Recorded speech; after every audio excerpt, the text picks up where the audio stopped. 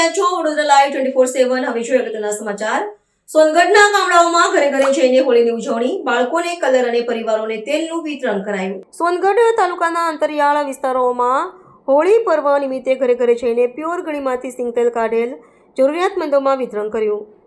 જય શ્રી રામ, જય શ્રી સંકટ મોચન, જયદેવ મોગરા માતા તથા નાના બાળકોને પિચકારી કલર વિતરણ કર્યા.